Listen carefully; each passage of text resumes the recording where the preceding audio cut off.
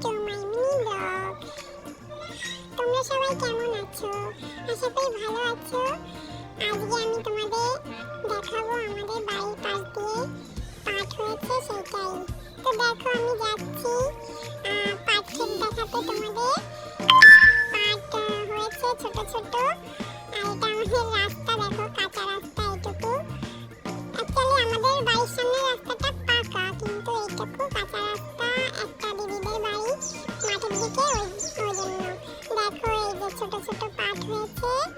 আর ওই যে দিদিটা পাট দেখো নীল লাগছে, পাটের মধ্যে যে ঘাস হয়েছে ওই ঘাসগুলো তুলে দিচ্ছে, তাহলে পাটটা ভালো বাড়বে তাই জন্য।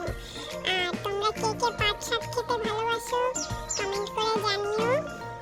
তোমাদের যদি পাট শাকের দরকার হয় চলে এসো আমাদের এখানে বহিরগাছিতে। তো বাই গাইস, দেখা হবে আমার নেক্সট ব্লগে।